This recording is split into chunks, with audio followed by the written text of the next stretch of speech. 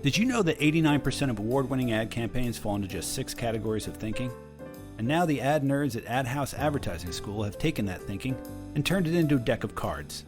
Adhouse of Cards is a deck of 35 cards designed to help you come up with big ideas. Each card includes a prompt, a proven technique used by award-winning ad pros to jumpstart your thinking and improve your campaigns. Visual thinkers can use the backs of the cards to free associate using gorgeous photography from the artists at unsplash.com. Adhouse of Cards will teach you to hone in on the benefit, dramatize it, romanticize it, look at it sideways, and twist it into a pretzel. And the best part is that all of the proceeds go to the Adhouse Scholarship Program, supporting our mission to make the advertising industry more inclusive. Adhouse of Cards, a deck for ad nerds. Get yours today for just $20 at adhousenyc.com.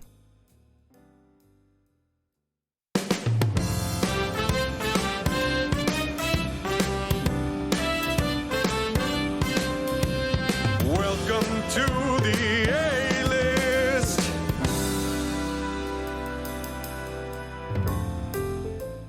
Hello, ad nerds, and welcome to the A-List, the podcast that asks the world's top advertising professionals how they got started in the business. I'm your host, Tom Christmann, ECD at Vayner Media and co-dean at Adhouse Advertising School. Today, you're going to hear an interesting conversation with Analisa Goodin. After art school, Analisa started taking on side gigs to fund her art, and one of those gigs was helping Goodby Silverstein and Partners source found content for a Sprint campaign.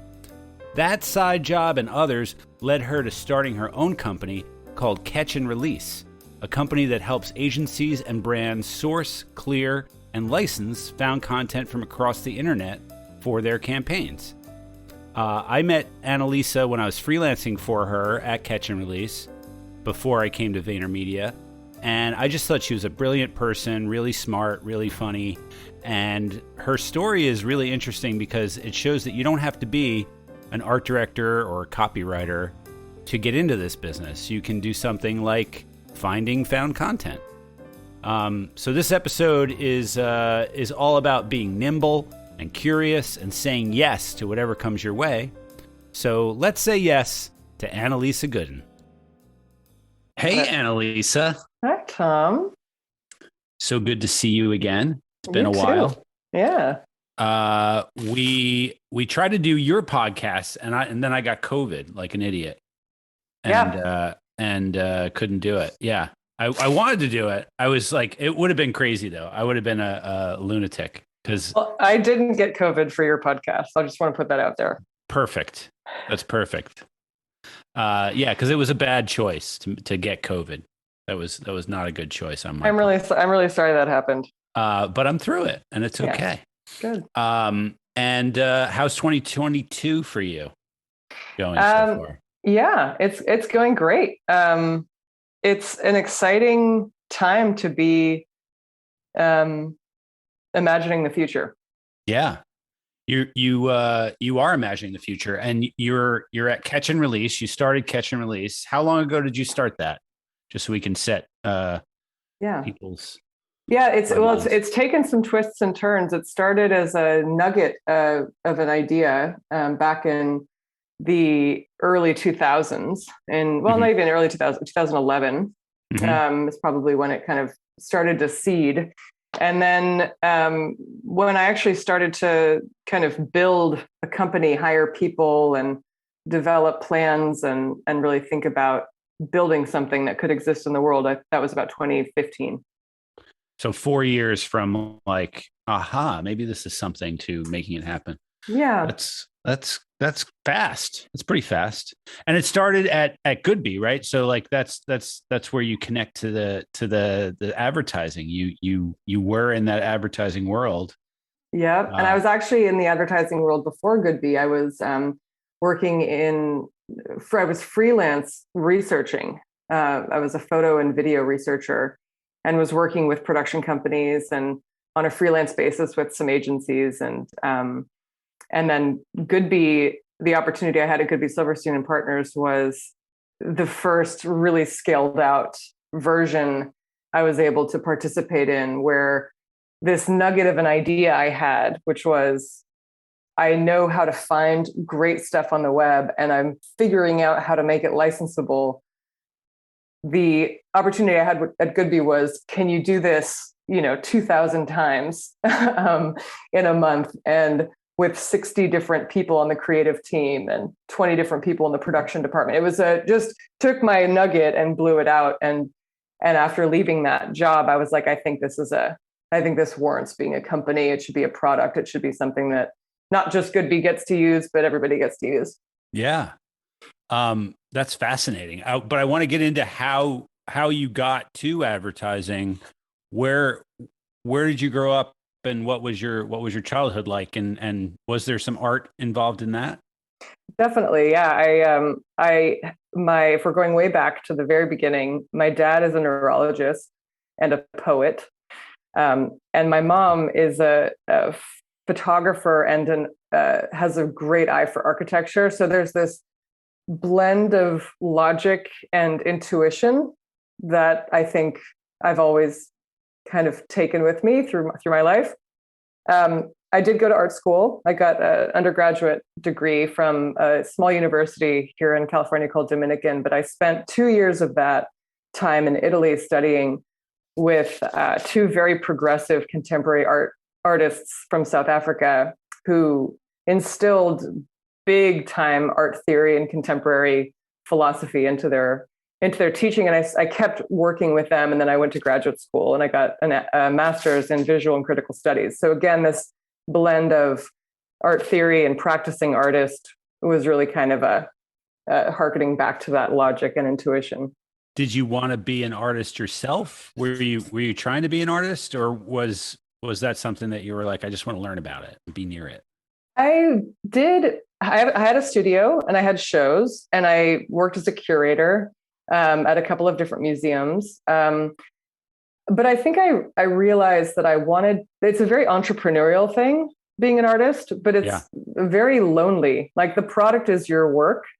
Yeah. And I think that ultimately didn't feel exciting enough for me. I think I wanted to build something with other people and solve problems collaboratively with other people. I think I kept my artwork sort of, I was okay keeping that to myself and putting my entrepreneurial energy into something that could maybe touch more people than just, people who saw my work. Yeah. And so actually I had a ton of side hustles when I had a studio. I worked in restaurants, really nice ones, actually. I worked in Michelin star restaurants and spent quite a bit of time really studying food and wine. I felt like I was kind of in another person's studio. Wait. So you did this whole other job as you were also doing? Yeah, which a lot of artists have to do. Right, sure. To make ends meet. But instead of working at like Chipotle, I was interested. I thought to myself, if I'm going to spend 40 hours a week not in the studio, I want to be inspired. I want to be bringing some references back into my studio, the next day. Yeah. And so I found that in the restaurant industry. It's great. How did you know to go do that? Did you just... My mom, I got back from an art residency in South Africa with negative $600 in my bank account. Literally, a check cleared that I forgot about while I was there, and my friend totally bailed me out on the trip. She said, "Listen, just keep your receipts. I've got you." And when I got home, I was like, "Okay, I've got to pay my friend back. I've got to build this back up again." Yeah. And my mom said, "Why don't you go down to this restaurant in Oakland? It was called Citron. It's not there anymore." But it was run by like a legit chef. And she said, "Why don't you just go in there? It seems like a cute little French sort of fine dining restaurant. Maybe you can get a job." And I walked in and I got a busing job, and then I became a server. Yeah.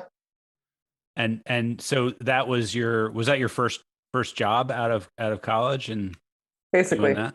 Yeah.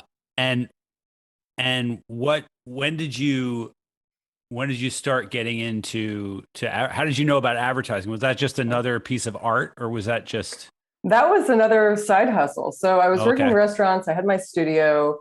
Yeah. I'd say I was pretty engaged, right? I had a lot going on, but I was loving all of it. It was very different. The energy from working with a group of people at night and learning how to do that to being in the studio by myself with my headphones on.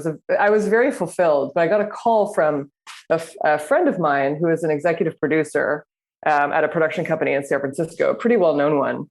And she said, "Hey, I've got a job I need help with, and I think you might be a good person to do it." And I said, "Sure, what's the job?" She said, I need you, we're working on a matte painting for an ad. And we need somebody to find the perfect like still images for this matte painting. And I didn't know what a matte painting was. I didn't know anything. So I said yes. And I went in and it was awesome. I mean, I had to learn everything. I didn't know the roles. I didn't know what an executive producer was. When she said, "I want you to come in and meet the ECD," I had no idea what that meant. I was taking notes and writing down these acronyms. I didn't know anything. But once I got the brief, then it was like, oh, okay, I can do this. So it was, we need an image of a quarry, like a big, like a quarry where people are mining. Yep. Like they wanted to, it was for Wolverine, that construction shoe brand. Yeah. So they were going to like shoot these construction guys against a gray stone backdrop looking like a quarry. And then they were going to pan way out, like Powers of 10 style. Right. And so they couldn't shoot that really panned out shot. Right. So they wanted me to find that one. And then they were going to push in on it and then stitch it to the stuff they were shooting. Okay. So that meant that the image had to be, it wasn't just find me an image of a quarry, like go to Getty and just go get one. It was find us a high enough resolution shot from the right angle at the right time of day that we can like actually push in on it. So it was this really specific, again, it was kind of that intuition and logic blend. It's like, you have to understand how the image feels. It's got to feel right, but it also has these technical requirements that you have to check. And so I thought that was a super cool puzzle. So I just went nuts, and I didn't know anything about stock, and I didn't know I could even use Getty, or I didn't know anything about that. So this was pretty early on, and probably the sites were probably not even that good yet. Totally, it was 2004. Yeah. So it was like Flickr was kind of early, and it was really, really early for the internet. But Google was a tool, and that was the tool I used. I used Google image search, and I went deep. Looking for quarries, and I found some really good shots, and I found some not so great ones, right? But it was also so cool to go, and I was downloading the files to my desktop, and the files are like 45 characters long. Yeah. And so I'm bringing this, and I would bring my laptop to the director, to the ECD, and he'd say, "I love that one. That's not so great. This one's good." Blah, blah, blah. And then he'd call down and say, "Hey, can you put file number Z75 _?" Like I realized, okay, there has to be some workflow here. Like we got to organize it. Yeah.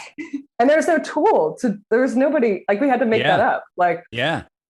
So there's all this complexity that had nothing to do with the creative search. It was all this like other stuff that also had to get like sorted out. And that's how your mind works. You're like, I have to figure out, you're almost like a project manager brain. That you need to figure out how to make this more seamless next time.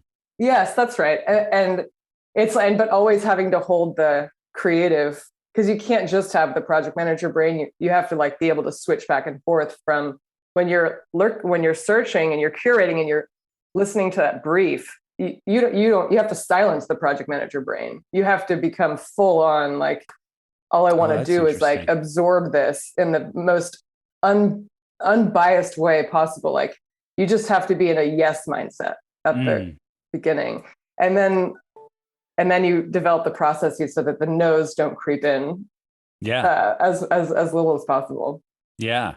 So that was your first sort of taste of like, this is advertising. Once you figured out like what an ECD was, and then you were like, oh, maybe I'd like to do that again. Or did you get more jobs with that same place? I got more jobs with that same thing. And then it was word of mouth. And then I had producers calling me. And then I had some regular clients that were like, hey, we've got a research job. We've got stuff coming up. And so I don't think I ever did another matte painting again.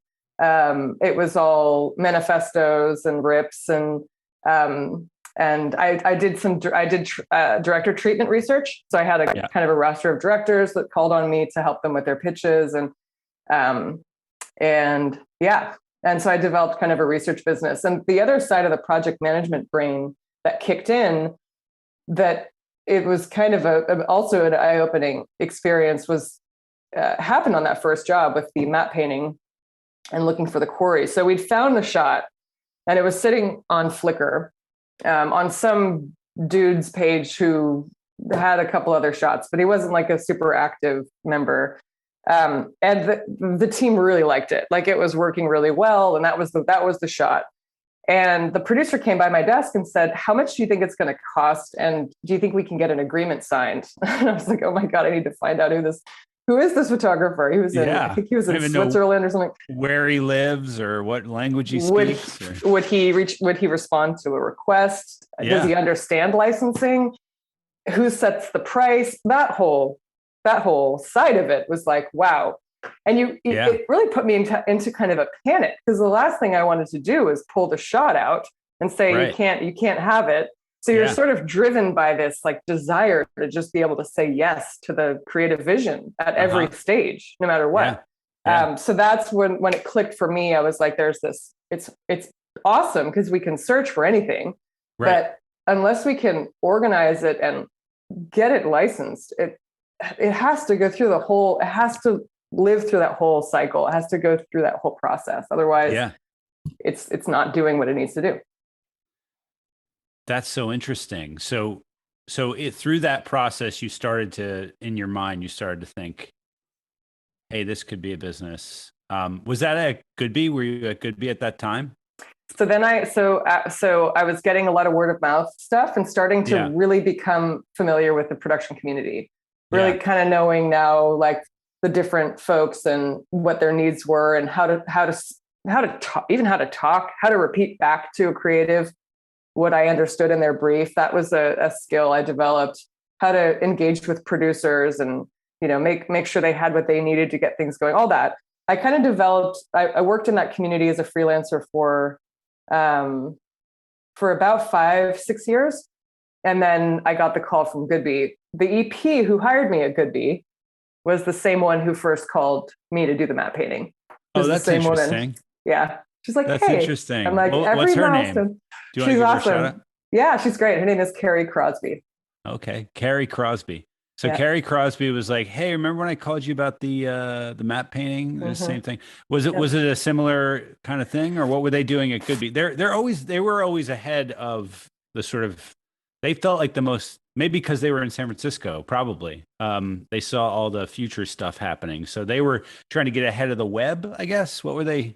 They were, social media? They were, I would say that's accurate. So it was for Sprint, and it was a campaign called All Together Now, and they wanted to activate the community of potential Sprint consumers on the internet and use that content to speak to them. So it was a massive curation research effort to find content, and then it was a machine to do the licensing and the clearance on all that stuff. And Goodby had a really full-fledged creative production and business affairs department. But they didn't have a central tool to manage this or a process to manage it. Right. So I kind of built that. I built that at Goodby. I built a way to, like, a process for, I'd go get the requirements from business affairs and producers first. Just like get the no stuff out of the way, right? Like, how much does it have to cost? How much time do we have? What are the legal requirements? Who's handling what? I'll just get that out of the way. And then it was full immersion into the creative brief. Yeah. This sounds like when you get briefed, to me. Like, it's like when a creative gets briefed, you want to know the budget, you want to know the constraints, you want to know. So you were doing a creative job. And I think some of the creatives listening, maybe your first job isn't as a copywriter or an art director. Maybe your first job is as a curator in the production department. Maybe your first job is as, because what Analisa did was she got in there and she met all these people and she found her thing, she got into Goodby just by being good at this one thing. So that's kind of interesting for people out there that are like, how am I going to get it? You don't have to get in by like showing your book, and you can have another skill. That's cool. I think that's absolutely right. And I think opportunity looks really different. I think you follow something that really interests you and that you feel uniquely good at, and trust that opportunity is going to follow that. I mean, I stood this thing up at Sprint and had a blast trying to sort this out. I mean, some of the challenges were so interesting. Like they were going to launch a spot on May 5th, and it was called the Centennial Spot. And they wanted to find a human in America that was turning 100 so that on May 5th, the whole world could wish her a happy birthday live. So you had to find, they had the campaign date, and now we had to go find someone who was turning 100 close enough to the campaign date that, I mean, there were a lot of moving parts, but it was really, I found it super fascinating. Those phone calls must have been so funny. Hello, Bernice? Hello? When is your birth? May 10th? Oh, sorry, never mind. Yeah, okay, you're out. So funny. No, I love things like that where it's like, let's do this thing and like put on it's almost like putting on a show. You're like, let's put a pop-up shop or whatever it is. And you just get all the best people to help you out. And you find companies like yours, Catch and Release, which are really good at that one thing or that other thing. And you learn to use them and it's a whole other ball of wax. So that's very cool. So you were standing that up. What were some of the problems that came along? What were some of the things other than you had the 100-year-old woman? Tell me another one. Yeah. Yeah, sure. So I remember this one. The creative team had come up with, because they'd come up with scripts. They didn't have any of the content. They weren't going to shoot anything. So they were coming up with ideas, and then we had to go reverse engineer the content to fit the idea. And I would say the best creatives today working with found content are open to changing the original idea when they're open to the surprise of what's being found, because there's a lot of surprise. You can't premeditate everything that's on the internet. So when you have a creative idea and you start to see a response to that brief, sometimes there's some really surprising and delightful things. And so some creatives are open to changing that, and some are like, no, it has to fit like the original idea. Right. Yeah. I've seen that before where creatives, they fall in love with their drawing or their sort of like the thought in their head. And then when they're searching for even swipe, they'll be like, those are, but if you're looking for the actor or the actress or the director, you sort of have in your head who you want, you can miss the opportunities out there. So that's kind of an interesting right thing. So having a little bit of agility there, I think, especially in the world of found content, I think can be a really huge skill, because ideas can take shape in different ways. So there was a little mix of that because it was still pretty early in the world of found content back then. And so there were some creatives who were pretty open and excited about not knowing what they were going to see, and then the others that were really more fixed. So one team that had this really specific idea in their head, they wanted to, in the similar way to the Centennial, they wanted to find a T-ball team, like a junior league, like 5-year-olds, playing softball team that had never won a game, like a team that had been a team for maybe a few seasons or a few years, had never won a game. And the Sprint community is going to watch them go on Sunday to like that game, and they're going to send a crew down to film it. And the community is going to rally around them, and they're going to like cheer them on, and then we'll see if they win or lose. And I looked forever. I called every T-ball coach on the planet. I mean, the rosters I found like on the internet of like these like small little towns. It was awesome. So I got on the phone with these coaches. I'm like, we need a team that's never won. And he's like, I got you, but we don't keep score in T-ball.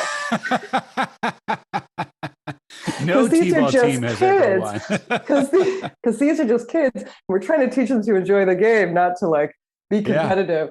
So I kept going back to the team and like, I can't get that age group. Like they don't keep score. So can we open this up to the next level up, which is, level 1 or whatever. So that took some convincing, but ultimately it wasn't out there. Like it wasn't out there. Yeah. It wasn't out there. So you're at Goodby. when do you start to think I'm going to make this into a business? Is it there? Or are you just like, I gotta make this into a business? When Sprint was humming and we were really rolling, and we had great alignment between creative production and business affairs to get these spots out, and the process was feeling pretty good. And I built a bunch of tooling to like do the project management stuff on all the workflow, and I trial and error had built some stuff up that was holding it pretty well. I would say the aha moment for me was when the Chevy team called and they said, "Hey, we're working on a spot, heard what you're doing at Sprint, can you come help us?"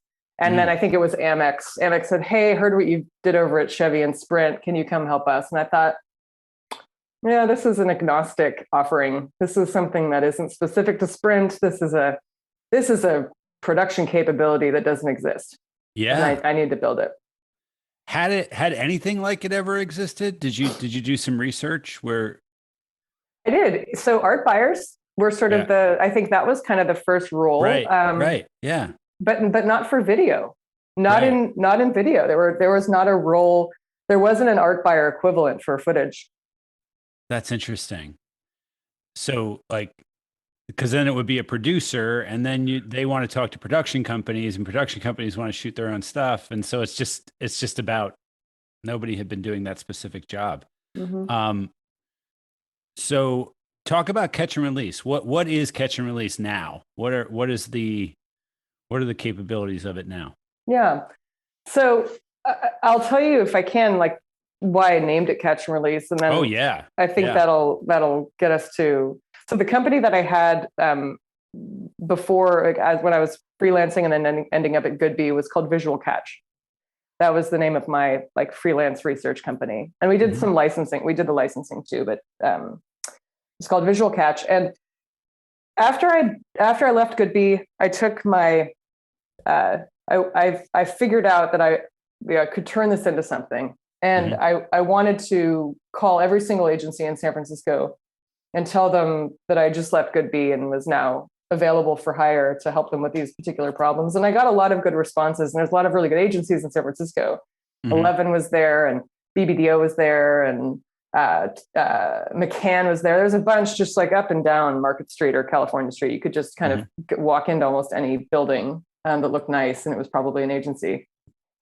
So I printed business cards at like Kinko's on Embarcadero and walked around the city talking to people about this offering of finding content and making it licensable. And for the most part, everybody said, yeah, the response was either, "Oh man, I wish I knew about you a week ago," or, "Can you start on something tomorrow?" So there was a lot of demand.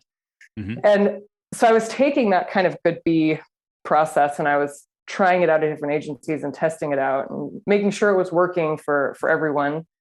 And what was kind of just stuck in my mind from during that time, and what I couldn't like shake, was how easy I wanted the process to be, but how hard it was in reality. And I remember thinking to myself, I'm like, the internet should have built-in licensing capability. Like, the internet has the content. And by then we had Instagram, and we had YouTube, and we had Vimeo, and we had all these amazing platforms, and we had increasingly great phones and cameras that were available. I mean, when I first got started, it was like, it was red camera or bust. Like, there was no. That was the biggest problem with finding user-generated content, is it usually was such bad quality that you couldn't use it. Yeah. And then the Canon 5D Mark II came out, and that was like a $3,000 camera that made beautiful, beautiful footage. And then the iPhone, right, through its whole development cycle, the iPhone 4 was not great. And then you get to the 6s and the 7s, and it was pretty damn good. And GoPro's in there too. Like, there's a lot of that was happening at that time. So the footage was, the content was available. It was searchable, it was findable. It's out there. It's being publicly shared and shown. But man, the licensing and organization of it was it was barbaric. Right. And I thought, this needs to be easy. Like, footage and content should hit the internet and immediately become available for licensing, or at least there should be a process we can all follow. And I thought in my head, it was like, it should work like an engine, like a cause and effect, like something comes in, something goes out. So something gets caught and then it immediately starts a release process. And in describing this to my husband, who has fly fished in his life, he likes to do it. He said, yeah, it's like what you're describing is kind of like catching and releasing and fly fishing. It's like you kind of want it to just, you don't want it to be so heavy. You want it to kind of flow.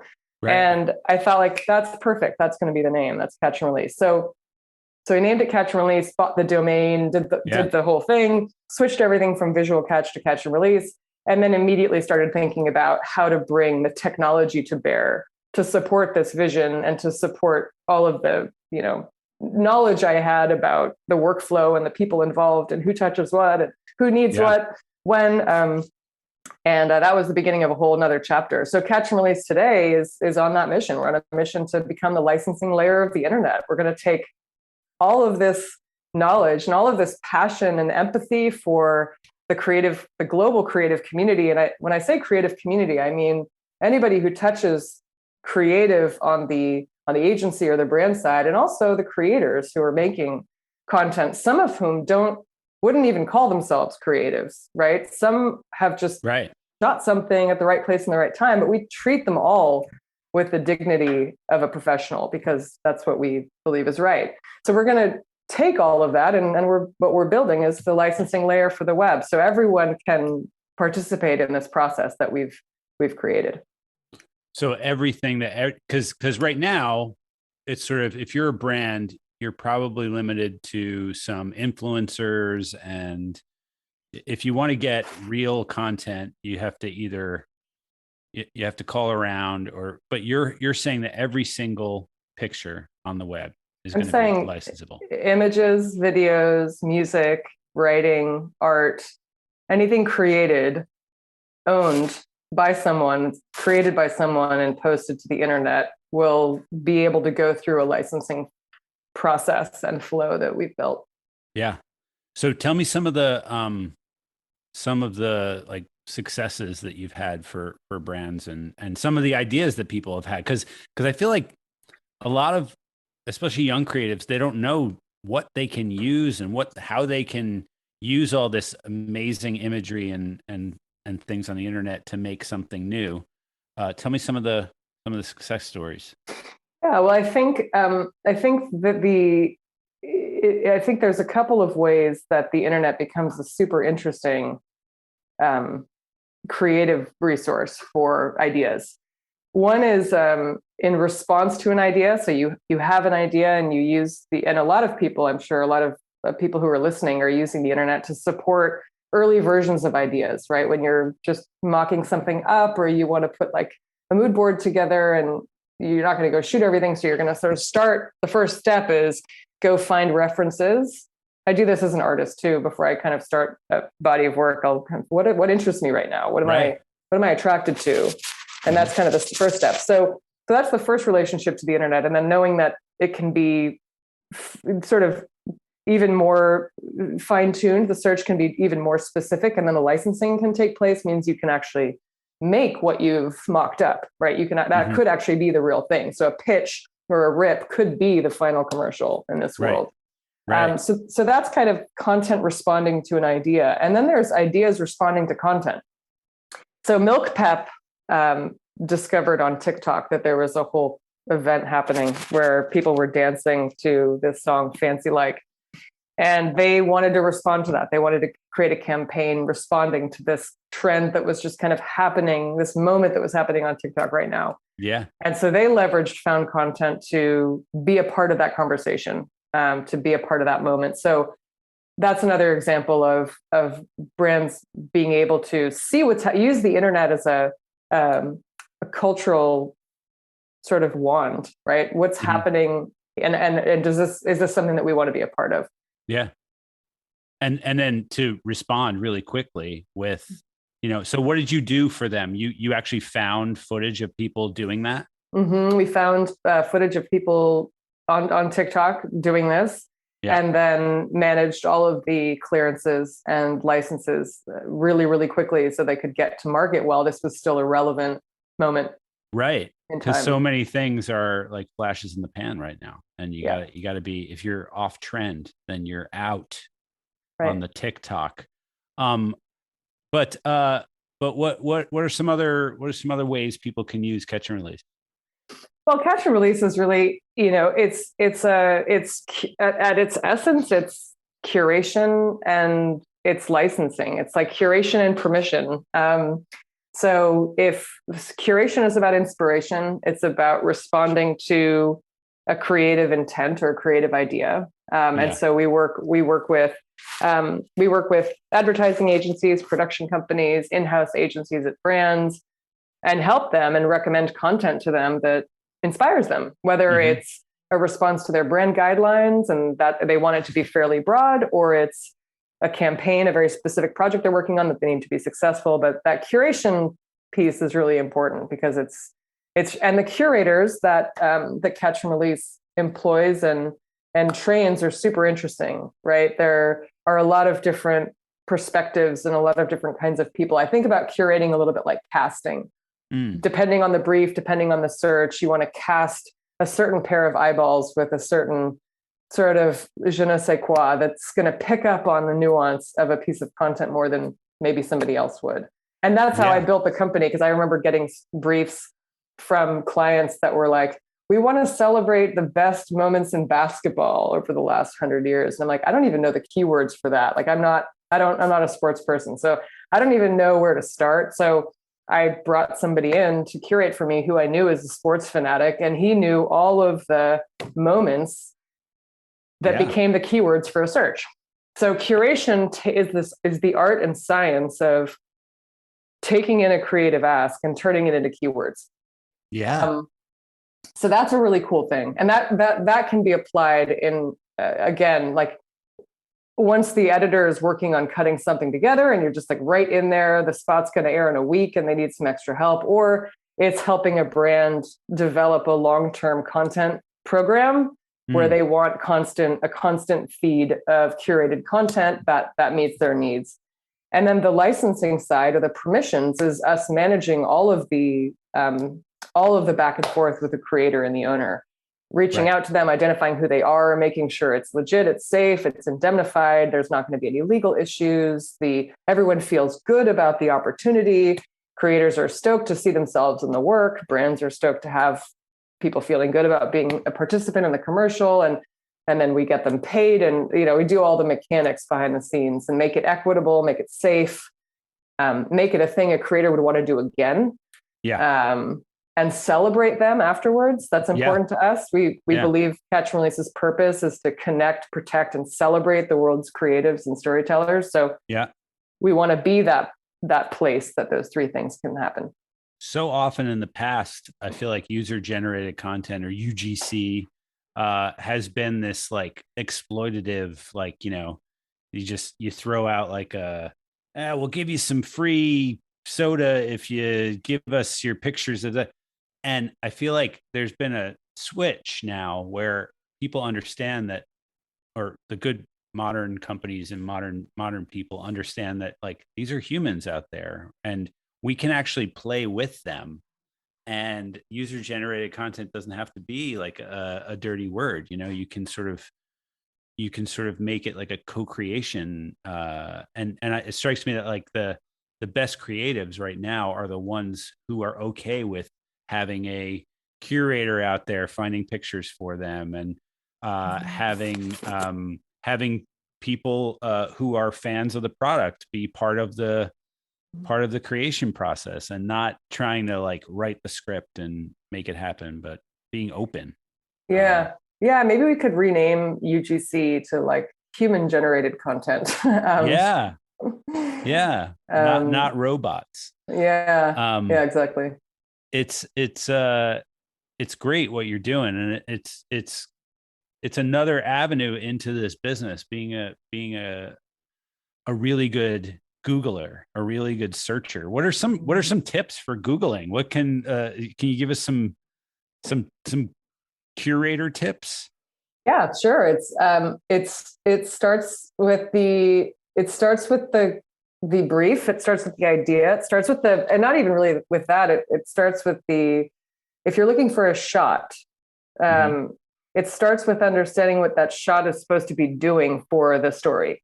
So what is its purpose? What does it serve? What part of the story is it serving? Right? Because that tells you what all of the sentimental qualities has to be.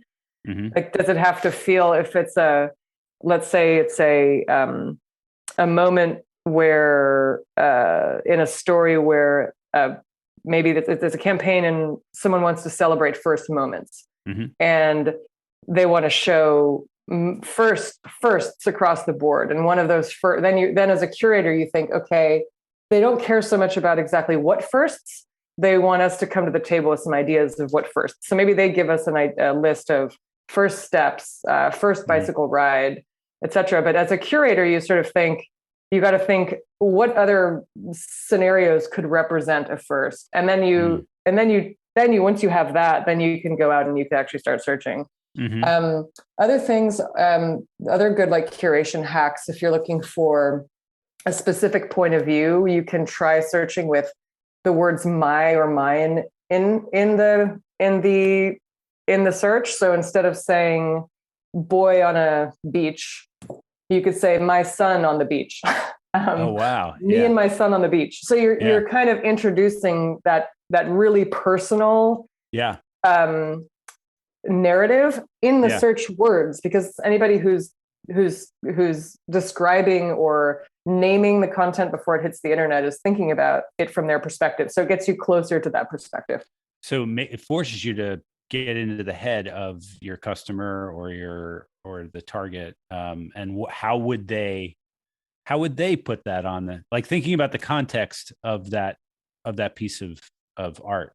Absolutely, because it's really, and that's where curation is different from a search algorithm. An algorithm, like, we've done searches before where the gold lived on page 2000 of a YouTube search. It's not in the top 10. Yeah. That's not where it lives. It's like, it's buried, it's deep, because the value is really in how the creator has named it, not necessarily how the algorithm picked it up. Yeah. Yeah. And it's kind of cool. It makes you think about, like, just the act of searching can be a creative act. It is absolutely. It is absolutely a creative act. And then the way that it's organized, right? The way that you organize the content before sharing it with your team or with your clients is also important, because that helps them understand your curative vision. Yeah. Like going into a museum, like the order in which pieces are displayed and paired up or separated matters a lot to the overall message. Yeah. So we're coming up on time. Where can people find you and interact with you?